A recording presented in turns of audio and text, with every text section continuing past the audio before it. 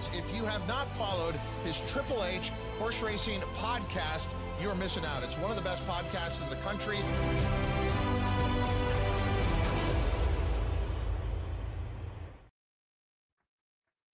Hey, what's happening, everybody? Look at me. I was on the little box for a second. Hey, welcome to episode 18 of the Great Race Plays. I am your substitute host for tonight, Pete Visco. We'll talk about it in a second, but our normal host, Howard Kravitz, is either on his way. I don't remember if he's on the flight now, but he's heading to Kentucky for the Kentucky Derby. So you were stuck with just me and my co-host, who will be joining us in a minute. Tonight, we're going to cover, as usual on this show, the late pick 4 on Sunday at Santa Anita. I mean, there's not a lot of other stuff happening this weekend in the racing world, so this is really the sequence you're going to want to focus on.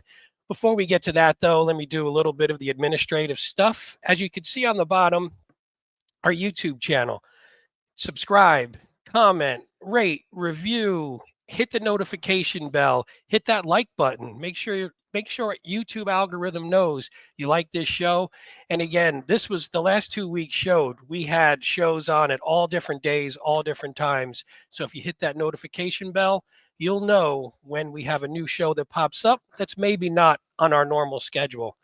If you like the audio version, listen to the podcast on Apple Podcasts, Spotify, Anchor, whichever one you choose. HHH Racing Podcast Power Picks tip sheet. Below the video player, you can see the link to Patreon. That's where you subscribe. Also, go to our website, hhhracingpodcast.com. All the details are there, examples. So for any of you who bought our Derby and Oaks package, we also have a weekly standard power picks that gives you picks every Saturday for multiple tracks, including the Santa Anita Late Pick 4. So take a look. Please subscribe. And as I mentioned, here's our website, hhhracingpodcast.com. Tons of stuff on there, pictures, articles from my co-host who's coming on today. Tons of stuff. Check it out. But let's get out of that stuff. Let's bring on my co-host.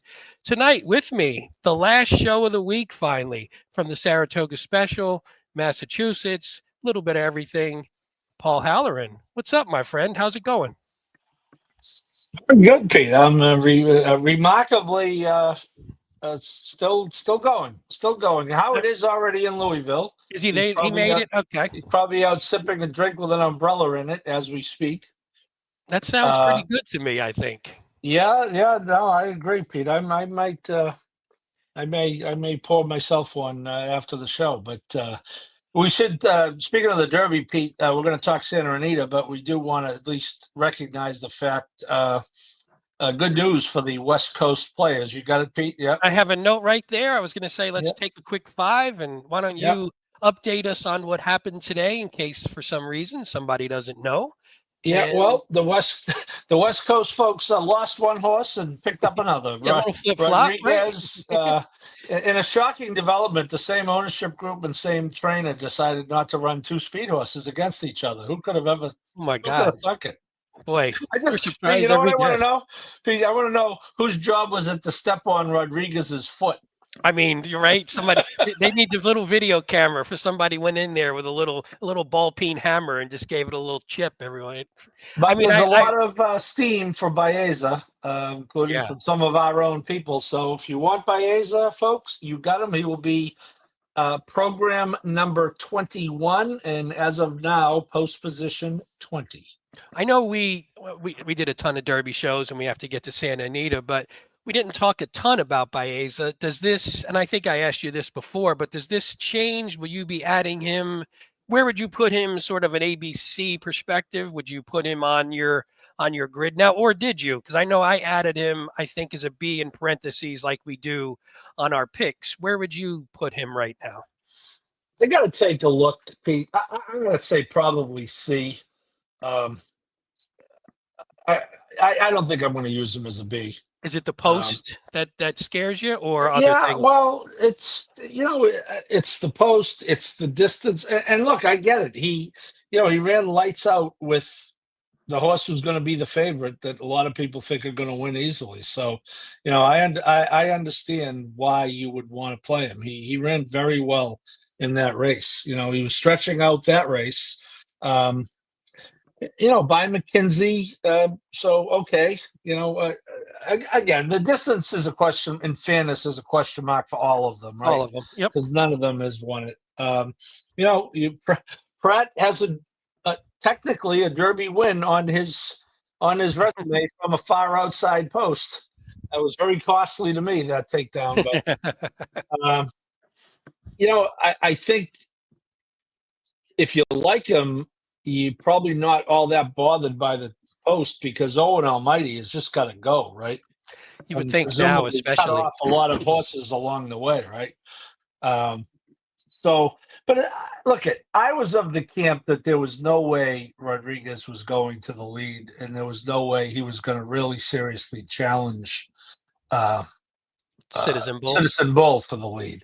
So in that regard, but now having said that, look, someone has got to go with Citizen Bull. Okay, we've seen this movie before, folks. Okay, a Baffert loose on the lead in the Derby that you think isn't going to make all 10 furlongs, and then And he you're does. ripping up Yeah. your virtual and paper tickets. So Yeah.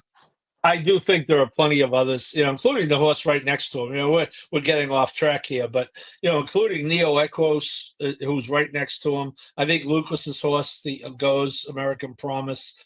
We talked about the outside horse Goes, and again, this is one less forward horse speed for East Avenue to contend Well, with. So. I know you and I disagree on where East Avenue is going to be, but because everybody all of a sudden can rate all these horses now, you hear so many of them like, oh, well, I rated them in a work. Okay, so you're going to rate them in a 20 horse field.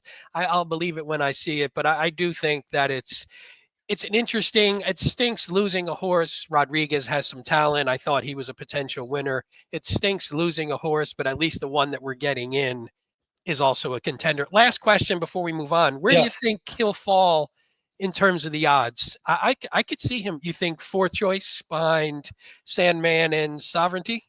Correct. Well, obviously journalism. Yeah. Yeah. Yeah, that's what I think. What about you? I was thinking that. I mean, would it shock you, though, if he even jumped Sovereignty somehow? Because he's a buzz horse. It would not, and I would be thankful if that Yeah, happened. I know from a person who likes Sovereignty. I'm sure you probably like the odds. I mean, the last I saw, he was still lingering in double digits with not No kidding. nearly Wow, enough I money. didn't see Yeah, that. Yeah, I mean, it's it's way early, but it's it's a still lot funny. of money, Pete, but it's a lot of money for any other day, right? Not They yeah. keep saying on FanDuel today, Mattress Mac will come in and make a bet that's more than the whole pool right The now. whole pool right now. Yeah, for So, sure. but I'll tell you what, though, I think Sandman goes off lower than Sovereignty. I do too. And I think he's half of them right now. And again, it's Yeah. early, but I think Yeah. he's got more. I think Sandman will get more of the novice money for sure. I think Look at that kid. It's got 10, he's got 10 million. 17 million, I guess, across all his platforms. Someone said. Yes. Yeah.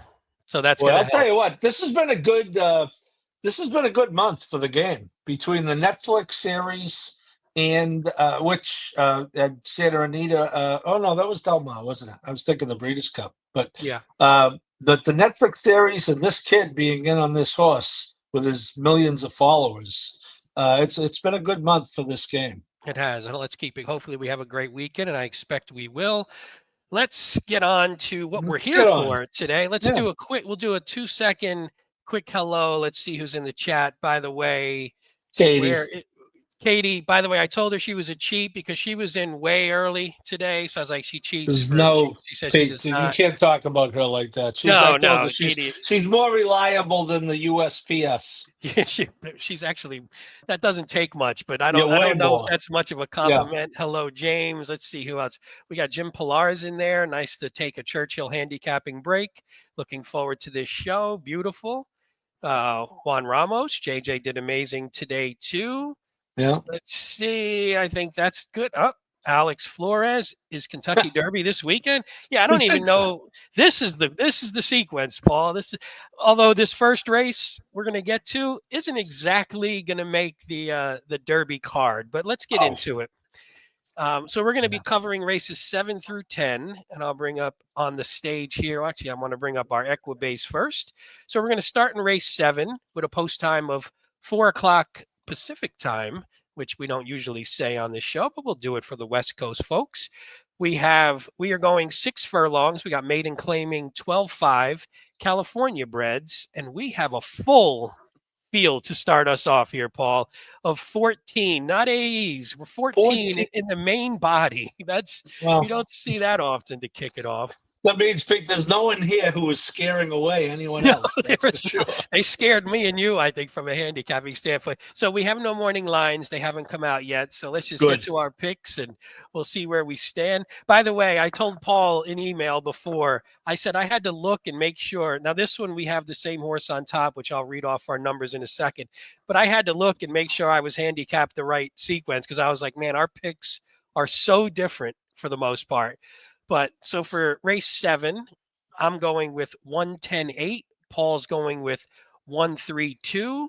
The number 1, Seeger Man, I assume is how we pronounce Seeger, I would imagine. What do you like about this one? You're going, obviously, you were so impressed with all the horses who ran already that you're going with the first-time starter. Is that giving away your secret both there? of them. Yeah, that's exactly right, true. Peter. That's true. If I'm playing horizontal here, which I probably will, I usually play the late pick 4 since we handicap it every week. I think I'll just use the 2 first-timers and be done with it. Because I think there's a million different directions you could go. This horse, Seegerman, 2 of his siblings won on debut. Yes. The 3 horse, 1 of his siblings won on debut.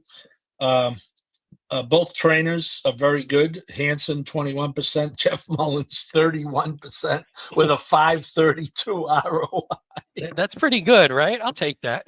I looked at the 2, Pete. I was going to put the 2 in there. Oh, I have them third, but because of the maiden special drop. Yeah. There was a lot of those, though.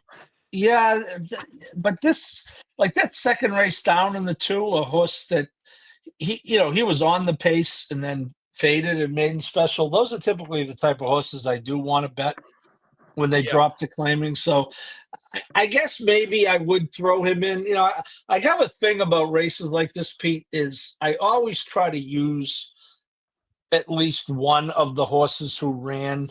Yeah. Because, we know it's going to be a guessing game with the first timers. I mean, the board can help us because it's the first race of the sequence. But sometimes the board doesn't help you.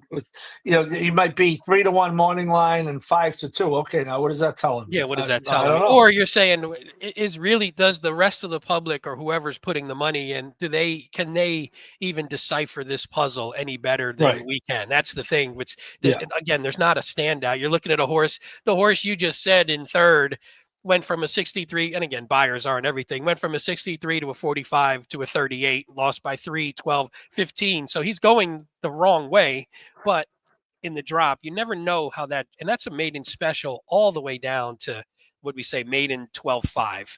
So that's a pretty significant drop. Yeah, well, and you can tell after the first 2 races, they don't go well, so you do something different. So last time something different was the turf. Well, that was a disaster. Awful. So this time something different is back to dirt, but dropping. And, this is a homebred for Tom Watterson and Tom and Cindy Watterson. So, and they only paid $5,000 to breed to Straight Fire. So, I don't really look. I just look at Mullins looking. Mullins likes to win races, as you could tell by his percentage, right? Yeah. He's not doing that well this meet, but it's early. But look, he's 8 out of 10, 30%. Though. But he's also 8 out of 10 in the money, so he's just not getting the wins. So at least it's worse when you're like, oh, he's a 10-0-0-2, and then you're like, oh man, this one's ice cold. 30% for the year win. It's unbelievable. That's fantastic. So I'll just stick to the inside. I'll play for those old viewers out there. I'll play a Lawrence Welk in this race, and a 1 and a 2 and a 3. I'm not sure anyone who remembers Lawrence Welk is up this late at this point. But well, you mean alive? You meant alive, Pete. Right? Well, I was trying to be. Well, my father's still alive. I'm sure he remembers Lawrence Welk, but he's 80. I was young. In fairness, I was young at the time, Pete. But I do remember. I watched with my grandparents. What are you going to do? we've seen clips. I'll just make a couple comments because we both have the Yeah. one, and everybody, by the way, can read my half-ass notes on the screen here. And we did. You mentioned the 2 for 2 first-time starters on the dam side, which I liked. Ryan Hansen, 2 for 34 first-time starters in maiden claimings, which isn't lovely, but he's been fine. He's been. I like Hansen. He seems to be fine. And then we're getting Lasix right off the bat. Not that matters on it. You don't know what that's going to do a first timer. A lot of these horses, the problem is the works aren't great either. So you can't really. A lot of times you look at the works and you say, oh, they're coming in sharp. I don't see a ton in the works. The other, let me think. I think the 3. Oh, Raylu, Mullins and Raylu, by the way, and that you could see that down here. Small sample size, but 46% wins, 69% in the money for that combo. So I know you love some Raylu. So I figured you'd appreciate that. So Yeah, no, they are good together. Yeah. And Raylu's out there full time now, so that's a good guy to get connected to. Jim Palaz remembers Lawrence Welk. I knew I could depend on him. Oh, there it is. Yes, there we go. Jim, we're all showing our age, Jim, unfortunately. Oh, look at this. 100 out of 20 this episode is. There's Katie trying to get back in our good graces. Well, she's She always never in your left good mine. graces. Yeah, Never left mine. No, we love Katie the most. I'll just hit a couple of mine real quick. I have the 10 whose name am I? Oh, yeah, this is one I was like, how am I going to pronounce this? El Ondedo, I assume. All right, that's what I'm going to take a shot at. This is one who's 0 for 7, which I think the one thing we don't like in the maiden races is the consistent losers who tend to lose for a decent amount of time. But this one has been dropping. And actually, the one thing I did like, this is State Bred Company. When this horse was in State Bred, made in 50, which is still a lot higher than this, was finishing pretty well. You see a couple thirds, a second there. Jorge Parabon 3 for 6 in those last 6 races with a claiming tag drop of 50% or more. In maiden claiming specifically, so when they're dropping from a 50% drop in maiden claiming, I thought the last work was really good. Which again, I was talking about that where some of these horses the works aren't great. This one 46 and 4, second out of 63. Adds blinkers, so maybe what I didn't know if that horse had. I never know this, Paul. If the horse had, unless you watch the work, if the horse had blinkers, and maybe that's why the work was so good, and now you're getting blinkers for the race. So I'm like, maybe we get some speed out of the 10 hole here. Any thoughts on that one, or? Yeah, well, it's interesting. The horse was a lot more forward before the long layoff, right? Yeah. Last summer is more forward. I would think the blinkers primarily are a function of that. That the 2 comeback races this year, he's been 5th out of 6 early and then 5th out of 10, and ran okay the first time. The last one was a real doozy. This is the type of race, though, Pete, and it is the first leg of the sequence. I think if someone takes appreciably more money than everyone else, that's the board talking, because you handicapped it, I handicapped it, we talked about it for 10 minutes now. It's hard to look at it and say, oh boy, that horse looks like a stick out. Yeah, no. So if someone, especially if one of the first timers would have taken an inordinate amount of money, I would really I'd really narrow in that case, but you're going to have to wait to find that out. Yeah, that's a great point. And the last one I had on my ticket, I won't get into what's the buzz. Has run 9 times, hasn't done much, but did have his best race last out. The only thing that struck me as funny is Edwin Alvarez is 0 for 14 on the year, 0 for 3 in the money at Santa Anita, and the jockey Herrera is 0 for 21 and 4 for 107 on the year. So I'm looking at this going, this poor horse is 0 for 9, and his jockey and trainer aren't exactly raising his floor very much. But I just thought off that last race, and even you look at the figures at least, and some of the back figures, he maybe looks a little better on turf, but he looks like he could at least, cutting them back now, showed some speed last time. Maybe he can do that again. Yeah, Juan. Sounds like he's due to hit. We could lose a lot of money waiting for that to happen. Yeah, although, Pete, I will say you're right, though. The 59, of course, now I circled the 59, Pete, the buyer. Yeah. And then I saw Turf Paradise, and, look at I know Indy Buyer's got a great team. I'm assuming it's the varsity is not working Turf Turf Paradise, Paradise, yeah. and Yeah. I don't. That number could be totally legit, or it could be not close. Yeah. So It's my always tough. enthusiasm for the 59 waned when I saw that capital T, small U, capital P. I mean, having enthusiasm for a 59 is a tough pill to Yeah, swallow that's to a good begin with point. anyway. All right, let's move on to the next one. We're going to move on to the 8th, which I actually thought was a really good race. Again, we're going to the 8th, claiming 32,000. We're going a mile on the turf. The rails are out 20 feet for 3-year-olds and up. And this time we have a field, another nice size field, though. This is, I mean, we don't have big, I don't think we're going to have big favorites in this sequence. And the 3 of the races have some pretty big fields. So I think this can pay. But we have a field of 11 here. And we're going to go, let's see, we're going to let you kick off since I'm hosting. I am going with 126. Actually, we're close on this one. Yeah, I'm all just right. an idiot, maybe. And you were going with 267. You were going with the 2, Fantastic. Let's bring him up on the screen. Why don't you tell me what you like about Fantastic coming off a second place by a half a length? Well, how can you resist a 9-year-old who's not the oldest horse in the race, Pete? Well, it's funny. I went with the 1 and the 2. I got the 10 and the 9 up top. I'm going old man school, as we like to say. Oh, excuse me. Oh boy. Pete, it's almost like they wrote in the conditions, Pete. Like you get a weight break if you're over 8. I mean, this is unbelievable. It's There's crazy. the 9 horse is 7.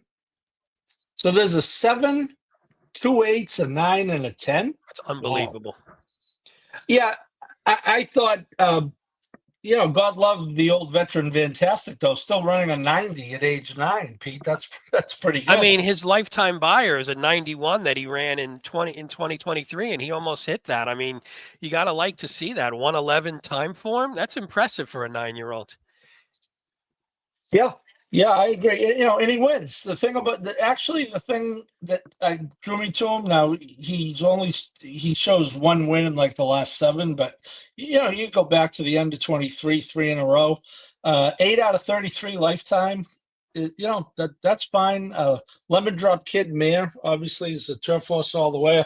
Although ironically, his turf pedigree is not as good as on paper as his results. Yeah. I just think the horse wins. I think he won for 40, and then last time they protected him, right? He Yeah. was in an optional claimer for 32, and he ran a good second. And now they said, okay, if someone really wants to take this 9-year-old, you can have him for 32,000. 32, and he's made. I mean, he's made 356. So he's definitely what they spend. Yeah. 15, so tough race, full field, but. He's going to need some pace, but I also think it's odd, Pete, that he was way more forward his last 2 starts than he has been prior to that, and that might just be a result of the company. So the fact that he's going into this company, that was a positive for me. And here's just real quick. I didn't show this in the last one. A lot of them, we had some first-time starters, and I didn't think the pace was as significant there. But here we're talking, we have a projected cold, slow pace here favoring the 8, who we don't have on the screen. Katie actually, Katie likes race 8. She likes 3, 2, 1. Sorry. But we do have a loose leader who we'll mention when we get to it. But yeah, you see the 3 sitting a nice spot, the 2 sitting a nice spot, the 1 sitting a nice spot. So we'll see. I'm going to go. We're both going. You don't have the 1. I'm going to hit the 6 real quick because we both have the 6. You have the 6 in second. That is, let me scroll. Ottoman Prince here. So Ottoman Prince was a funny one for me because that last one sort of came out of nowhere. And I guess depending upon what the morning line looks like, was this more of did this have sort of a wedding funeral kind of thing here? You catch him at 11 last time. Is he going to be half that this time? But there were some things that I liked that made me put him in the top 3 and actually sort of an A-line horse for me. What'd you like about this one? Pete, the horse won, and he's keeping him at the same level. It's like he's trying to get him claimed, I'm sure. Yeah. But he beat this same level of company last time. I think D'Amato wants to win the race, and I think I think if he loses the horse, he loses the horse. So be it. So yeah, so be it. But I'll tell you what, Pete. One thing I did like about this horse, um, his buyer consistency is amazing. If you look Yeah. at the page, 7 races, all between 81 and 89. So he's going to show up. For you journalism fans, Rispoli is going to be the conquering hero coming home to ride this race. Isn't it amazing though? He could win the Derby and then he has to come and they fly all the way halfway across the country or 3/4 and then have to ride these. That's what they do. That's why they're awesome athletes. Yeah, a couple things I liked. You mentioned Rispoli, 41%. I mean, you see he's 13 out of 17 of the money, 41% wins so far in the meet. D'Amato, 29%. And I like that Umberto's been on him for 2 straight. So you get the comeback off the layoff. It was a little sort of even, didn't do a ton. Comes back the next one, gets the win. Umberto stays up. Now we get third in the form cycle off the layoff.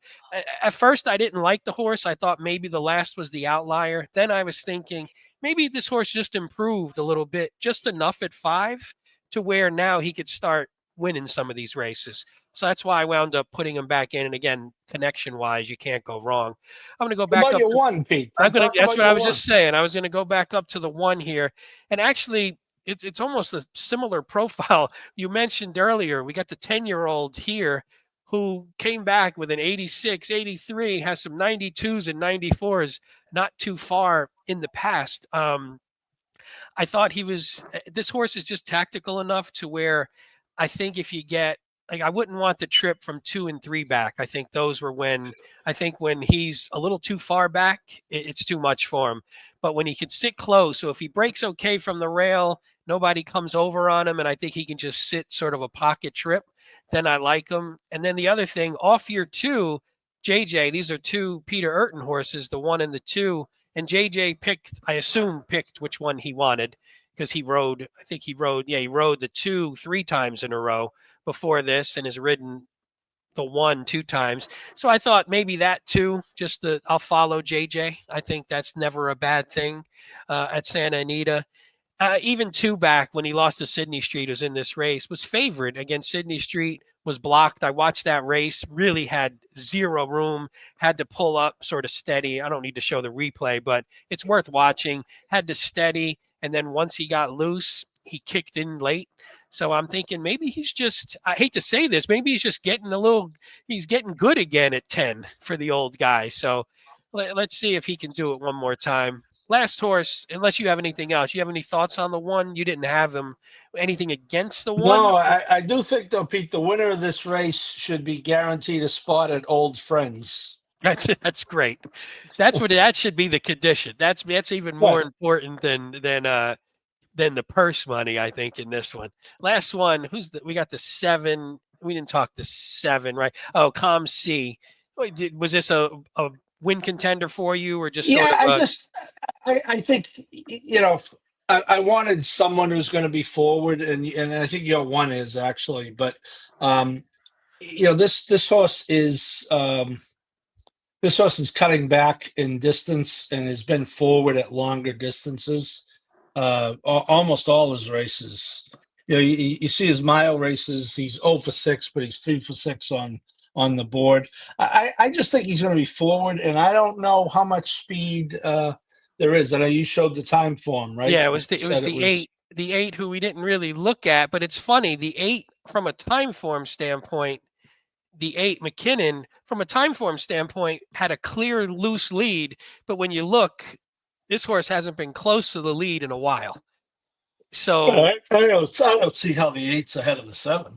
I know, and that's why I was like, I could see. I don't know what this horse is going to do. They put the blinkers on. Maybe the plan is to get back to where I think the horse used to be a little more forward, but lately hasn't been. And who knows? Maybe you just start losing the break ability.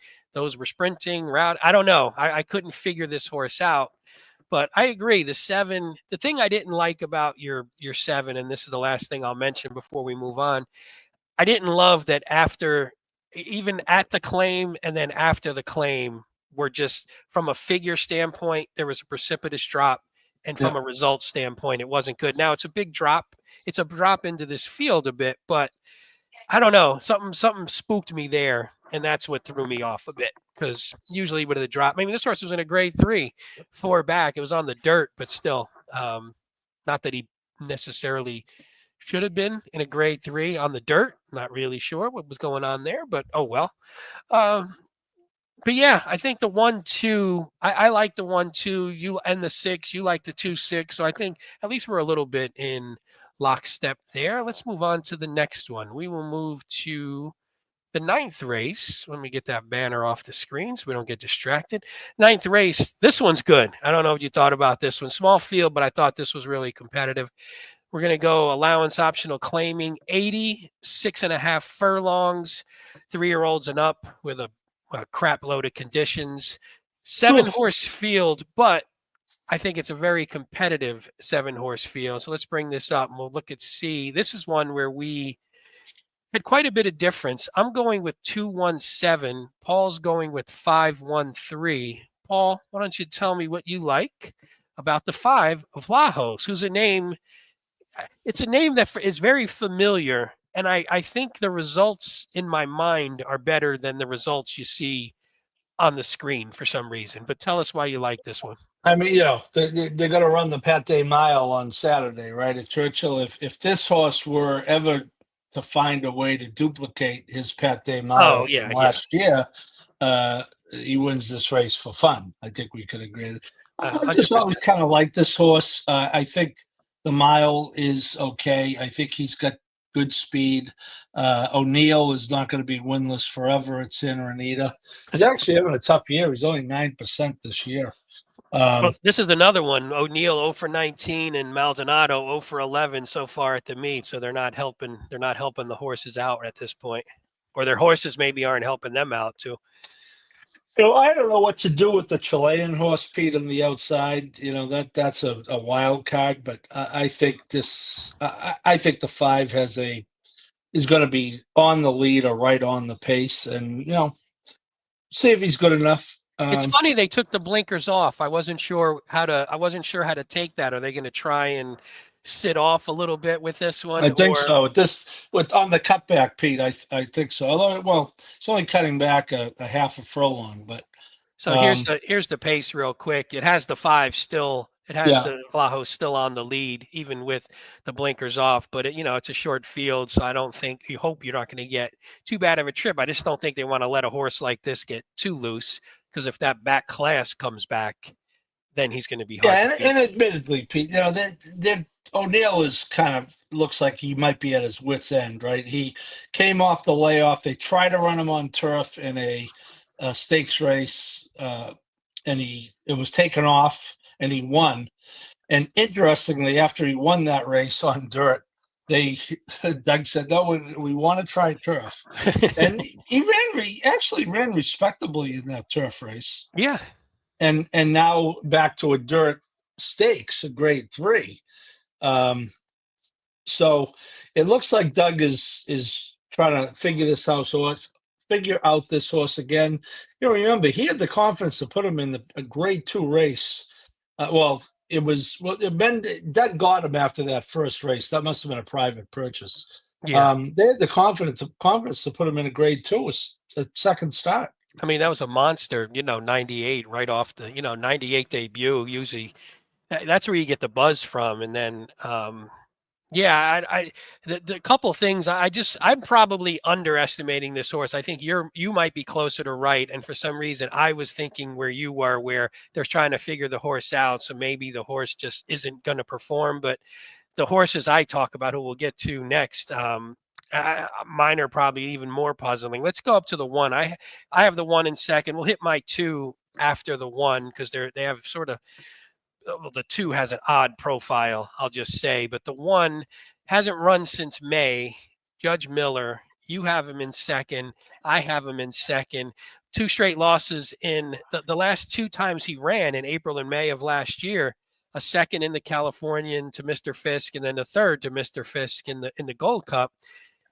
I don't know. This horse on talent and class and figures seems to be, if he can come back sharp, he seems like he'll be right in the mix and will probably be the best horse in this race. I guess the question is, do you think he's going to come back sharp? You have him in second. What do you think off that long of a layoff? I think this probably screams prep. This is a way to get started. They ran him long in grade 2 and grade 3. He may not be going back to a mile and a quarter, but you'd have to think that running him long is in the plans again. And, Yeah. This is just a spot to begin. But, with this position and a relatively short field and the fact that the horse is forward, I think he's a real good board horse. That's Yeah. how I looked at him. Yeah, I guess my thing was, well, you get the cut back, which I know normally you would like to cut back, but you don't generally like it off a year plus layoff necessarily. I don't think it has the same effect. The one thing I did like, which again people could see my notes if they want, those first 3 races were with Lasix. Then he went into the graded stakes and lost it. But when he was on Lasix, you just look at that. I mean, look from a buyer and a time form standpoint. He went from 92, 94, 105, and then from a time form standpoint, he 107, 120, 126. I mean, that's big time, man. So I look at that and go, if he can just recapture that, now we're getting Lasix back. There was nothing in the works that showed like, oh, this horse is beating the barn down, ready to go. But I just thought on past talent, he looks like maybe the best choice to me. I went with the 2, which was, I don't know. I probably should have went with the 1. I went with the 2. Hasn't run since November of 2023. Was that the reason why you had no interest in this horse, or did you? Yeah, Was there it something didn't else? work out that well for Speedboat Beach today. I heard. You know what? I was out and didn't see that race. I got a text from my friend and cousin saying Speedboat Beach was no. Fort Bragg won the race though, right? From what I Yeah, understand. Speedboat Beach bled and Yeah. finished last. They said he got vanned off, but it was bleeding only. I mean, I I say only, but fortunately had a very, very nice pick 3 ending with Fort Bragg. oh, beautiful. Congrats. I love it. That's lovely. Paid a healthy 36 to 1. Get out of here. You had it probably 150 times. I know how you play. So you're but you're ready. I had it more than I normally would have it for. Oh, you did? Because I played. You know what the ticket was, Pete? Single by 2. Oh, nice. Wow, that's beautiful. I'm happy to hear that. But Get that I bankroll going. didn't love the layoff for this horse. Look, you talked about back numbers with the 1. Obviously, the back numbers on this horse are really solid, all mid-90s. Glatt has pretty good percentage. Yeah. I don't know. I think this horse will take some money. We don't have morning lines. I don't know what you think, but I think he'll be in the top 3 choices, won't he? Yeah, I think so. Because I think the 1 maybe just on class and figures would probably be. I could see the 1 getting bet down, and I see Vlahos again from form, and not from form as much as class. The one thing I liked about this too, which is why I wound up putting him on top. It's off such a long layoff, but the thing that I liked was if you look down here at the works, you see 3 back, you had a 59 and 2, second out of 88. Then you had a 59 and 1. Then you had what I assume hopefully was sort of just a maintenance work where maybe they just feel like, hey, this horse is, they tighten the horse up and Glad has him really ready to run. And if so, again, you just don't know. But if so, and at least the works make it look like he might be ready. But I don't know. I'm taking a shot there. Again, I was trying to. I think the line. I think I'd like to see the line here before. Obviously, we will before I decide how to structure a ticket in any way. But anybody else you want to talk about here? You have the 3 ultimate gamble. I think. Yeah, the other Glatt. That's all. Well, Glad has 3 in here, so Glad a 7-horse field. Glad has 3. Here's the 1, 2, and 3, huh? Yeah. So he's a weird horse because 2 back, you get that race, but that was sort of a speed favoring track. Jumped on the lead, rolled. There's other speed in here. I don't think he's even close to the. I don't think he's the best speed, so I just don't know if he's going to get that trip again. But he's come from off, when he broke his maiden from sitting off a bit. But his wins, his best races are when he's super low odds, when he's probably the best horse in the race, and I just don't think he is here. That was my 1.75 million, though, Paul. This one. Yeah, and he's already earned back 98,000 of them, and he's well on his way. He's well on his way at 5. Yeah, You got it certainly looks like Fresu picked the one, right? You would think Fresu that's had what I the thought. option. Yeah, yeah. So That's I like the one more than this horse. This was someone to make the board. someone to That's make it. the board. Okay, sounds good. All right, well, let's see how we're going to get paid here. Let's move on Oh, to the last leg. Oh, you didn't like this one as well? I thought this was I thought it was a tough race. I liked the race. I just thought it was tough. it was tough. So we're going to the 10th. Allowance optional claiming 20. Now we're 6 furlongs on the turf, Calbreds, and we have another juicy field of 13 going to post. And Paul, we're going to start it off with you. This one, again, on the top line, we do not have the other's top horse on the board. I am going with 7-10-4. Paul is going with 2-10-1. And let's start. Hey, quick omen. I don't know. The omen is not a good thing if you watch the movie and you were talking about the Pope last night. Omen here. If you're a horror fan, let's go. What do you like about the number 2? Quick omen here. I would say I'd have to really be spread out in this race. Yes. I think. Although it's funny, this is actually my strongest opinion. So when we'll get to mine, we'll talk good. about it. I'm going to write that down. Then that means you like the 7 a lot. So I'm going to write down Pete.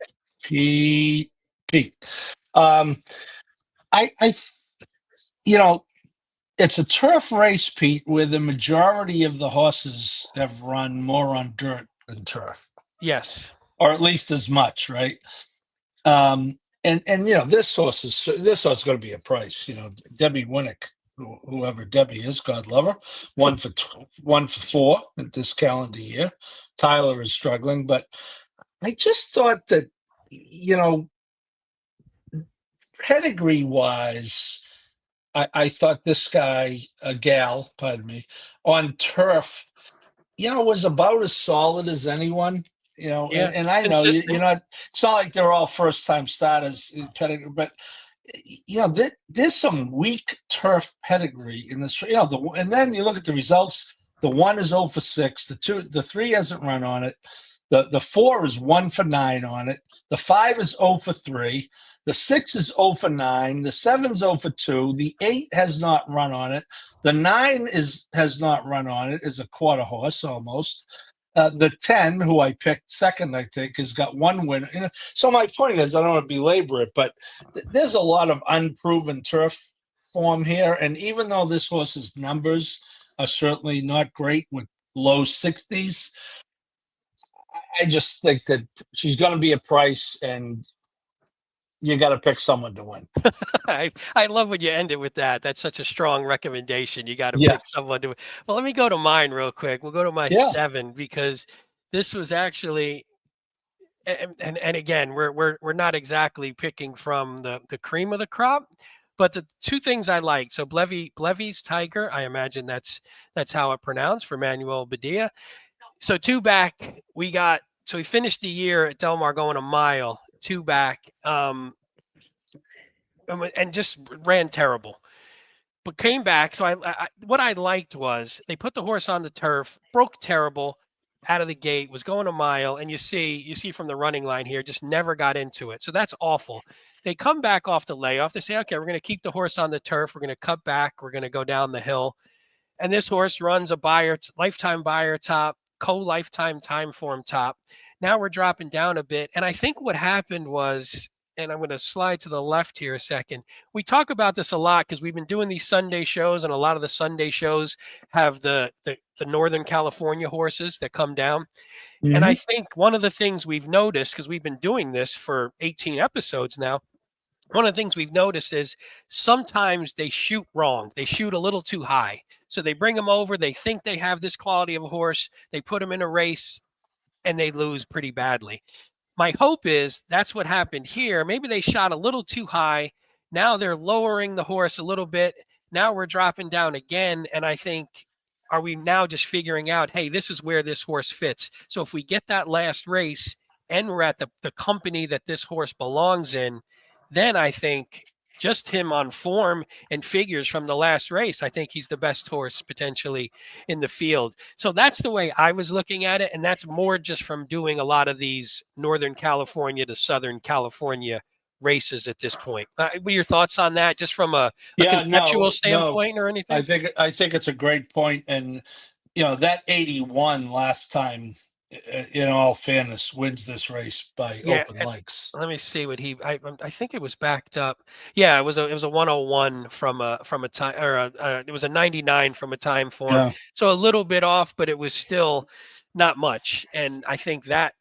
Oops, sorry about that. That race, I think wins it for me. So we both Oh, big have time, we big both time. have the 10 Blue Wildcat that ran third, actually, second and third. So behind my horse last time out, another one with Rispoli. What'd you like about this one? This one, the last three on the turf, they put this horse on the turf again, and now has been sort of, getting in the mix, a second and two thirds. What'd you like about this one? Just the consistency of this horse. Yeah.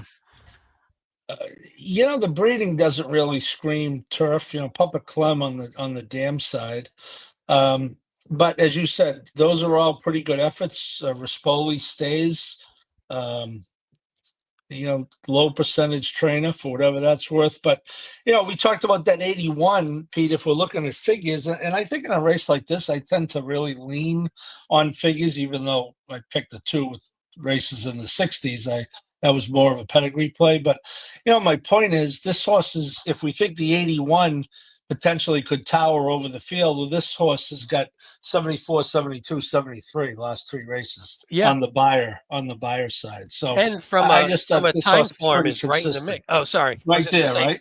yeah, Yeah. from a time form is actually right there, even a little bit better than from a buyer standpoint. Sorry about that. Yeah, that Um, triple digit time form would look pretty formidable here, that wouldn't it? would be nice. I mean, yeah, I think that's the kind of race we're looking at, where you can get the post. I think the two horses inside, the two quarter horses inside of this one will probably go. So maybe this one is able to work his way over. He's definitely going to be coming from the back, I think. But yeah, I liked him just because he's just been good in 2025. I did have a note. He hasn't won a race since 2023, so it's hard to rely on a horse that hasn't won in a while. But and if you look at 24 and 25, no wins, but 4 seconds, two thirds. So it's right there. Just can't seem to close the deal, and you get nervous about a horse like that, especially maybe as they get a little bit older. Did we hit anybody you want to talk about? The one. You have the one in third, and I actually like the one. So let's hit the one real quick. You have this one in third. Is this sort of an A horse with him, or is this a notch down? Well, I think I like Andy Mathis, and this is the second time he is the second off the claim for Yep. Andy, which he has good numbers at. Yeah, I actually have this on the screen there. 4 for 8 wins, 5 for 8 in the money. Second after the claim in the past year and a half. So he's been he's So, been so there good you go. off of that Yeah. move. Yeah. Yeah, so that was kind of my thinking there is second time Andy Mathis off that claim. Blinkers are coming off, which he doesn't do often, but you know, we'll see about that. Don't mind the post going 6 inside. I don't think that's really an issue. So yeah, No. I just thought again the horse is pretty consistent. 13 out of 22 lifetime on the board. Yeah, no, I agree with you. I think there was some stuff to like there, and again, I kind of this is the one I was waffling between this and the four. The four who's actually cross-entered on Friday, J&M Express. I wound up going with the four more because I don't. I like the. It's funny. I like the move to Pipey off the trainer switch here because I like that. Hey, this horse was maybe getting a little good in the last two. Now we go to Pipey, which I kind of like, and this horse just put this horse back on the turf. The horse is 8 out of 9. Only won one of them. That's the problem. But it's 8 out of 9 on the turf, which I sort of like. Although Pipey 4 for 54 route to sprint on turf, which I did not love. But we're getting a little bit of a cutback here. I think I like when a horse just does something. Something changes and then their form just improves. And they put this one back on the turf. This is one where you're like, this horse is really good on the turf. Why the hell are we messing around with the dirt? I'm sure it has something to do with timing and availability of races, maybe. But let's get this horse back on the turf doing what they do. I think this one has a chance to move forward. let's just see if the win end he can get on the win end, because that's where he's maybe struggled a little bit. Anyone else you want to hit here, or but you Nope. said you spread race for you for the most part. I think so. Yes. Yep. Let me real quick before we get to our best bets. I'm going to do, because we both on this show, we talk about how we like a lot of the other bets, a lot of the specialty bets, and a lot of the high denomination bets that Santa Anita's come up with. So let's talk about their pick 3 and their daily double through a nice little video. Now offered at the Great Race Place. $3 late pick 3 featuring the last 3 races. $5 late double on the last 2 races. Both with a player-friendly 15% takeout. Every race day at Santa Anita Park. Boom. A little Dettori on the end there. Let's get to our best bets real quick. Paul, you only went with 1 this time. You are going, Paul's best bet, apologies, is in the 7th. You are going with a 2x2 daily double, the 1 and the 3, and the 2 and the 6. And that is, let me look at the screen here, unless you will have the names handy. I would like to. Fantastic and Ottoman Prince in the second leg. In the second, and then Seegerman and the 2 Roxalot. first timers. I told you, I'll cast my lot with the 2 first timers. So I said, you know what? I'm going to just construct a double with the 2 first timers. The 2 first. There's nothing wrong with that. I like that. And I will go. Let's jump to mine real quick. I have 2. I'm going in the 8th. Because I like playing I like the $3 pick 3, like the video just said, and I like that last double. I'm going to go with 1, 2, 6, 9 in the 8th. I thought that was the race with, fantastic Ottoman Prince, Kason, who we didn't really talk about. A little bit deeper there. Then I'm going to go with the 1, 2, Judge Miller and Traeger. So I'm going to go with the 2 off the long layoff horses. And then I'm going to single that 7, because I'm with you, where I think I like the 7 enough to where if I included other horses, I was probably going to include like 3 or 4 of them. Right. So I'm like, screw it. Let's just go. And then again, I'm going to go on the win end in the 10th. I'm going to go with that 7. Again, the one thing I hate about, not I hate, but one thing that makes it a little difficult with our best bets is without the morning lines, maybe you would just structure our tickets a little bit differently. If we saw that, hey, I got the top 4 chalks here or something, maybe I'd want to go skinny or something like that. But I do really like that 7. So let's see if we can do something there. That's about it for today. I'm going to give you, it's our last show before the Oaks and the Derby, obviously. Why don't you give us a little final thoughts or anything Derby related, Oaks related, anything you want for the weekend? Yeah, well, I think obviously the eyes of the world, not just the racing world, will be on Churchill Downs on Saturday. It's Friday, tomorrow. Is it Thursday, Pete? I'm not even sure. It is Thursday today. Yes, it is Thursday. Yes. Yeah, so again, we do this year round, and we love it, and we have no problem sharing our world with everyone else on Saturday. Really, Pete, that as you cut through all the bullshit, let's hope every horse comes back sound. That's and, it. I had a little bit of a panic today. My guy Junior got tossed. I don't know if you saw. Oh, he did. Race. No, I did not see that. He got tossed right out of the gate today. Oh, man. And fortunately, it was just kind of a matter. The horse kind of reared or stumbled, whatever. Junior was up right away. In fact, Travis Stone, God love him, announced that right away. Yeah. But considering he's coming off a 3.5 week, fractured clavicle, so, and I would prefer to get a report. Healthy. Or did you text them, or did you get a report or anything? No, they had it on FanDuel. He was fine. He walked off the track and was ready for the next race. Yeah. So awesome. And as importantly, the horse did as well. So let's just hope that everyone has safe trips. We don't really know what the track condition's going to be. I was just doing a group thing with some good friends of mine before I got on with you, and we hate to talk to in honor of Howard. We'll end with weather. It's gone from no problem on Saturday to maybe some rain to I heard today a half inch, and then my friend Doc Mora told me at one point today the forecast for Saturday was up to an inch. Oh no! But now it's back down. I have heard that it's going to stop by noon. So if that's the case, you'll have at least a good track by the Derby. That track is dries out really, really well. So, Yeah. but we got good turf races, and we just got to get lucky with that. But let's hope everyone comes back healthy, and remember it's a marathon, folks, not a sprint. There's a lot of races over the 2 days. I think there are 25, 26 feet, maybe, Yeah. over the 2 days. It is. Yes. I think I'm looking at it now. We got 13 tomorrow and No, the 14, 27. 27 total. Yeah. But save some money for the Great Race Place on Sunday. This is where you make the money. You can either use this as a get out. That's what we always say. It's either the get out pick 4, or this is the, hey, I just won about 200 grand on the Derby. Let me bang this pick 4, or There you go. Paul's double for about Paul coming off that hot pick 3 hit today. You're on an ascent. That's what we're hoping for, right? That's the plan, Pete. Hey, this is why we don't like to talk weather. I like this. Marco, Lou. I like no matter Marco. how far technology has come, weather forecasting is a bit of a 50-50 It is. toss up. I love that. Especially in Kentucky. It's Kentucky's a lot like Massachusetts when it comes to that. The old saying, if you don't like the weather, wait 5 minutes. That's very true. I'll hit one more comment real quick for Katie. What horses are on your wall, Pete? Yeah, they're right behind me. The big one is Easy Goer. One of them on the top is American Pharaoh. One's Zenyatta. I got a Gio Ponte on there because of the awesome quote.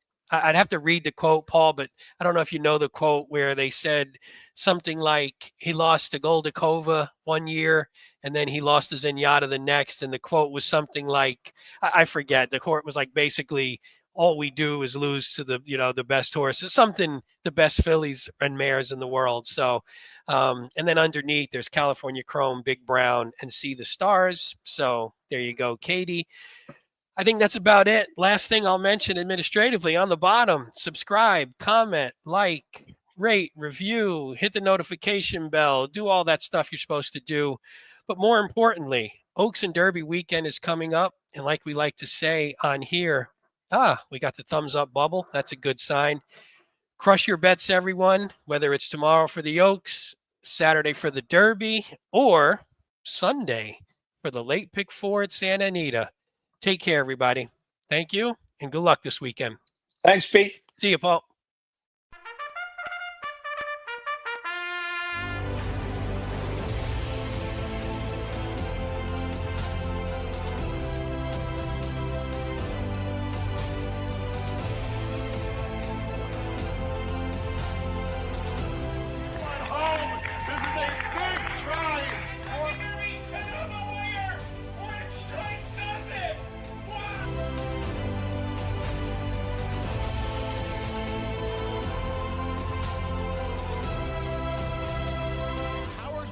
If you have not followed his Triple H Horse Racing podcast, you're missing out. It's one of the best podcasts in the country.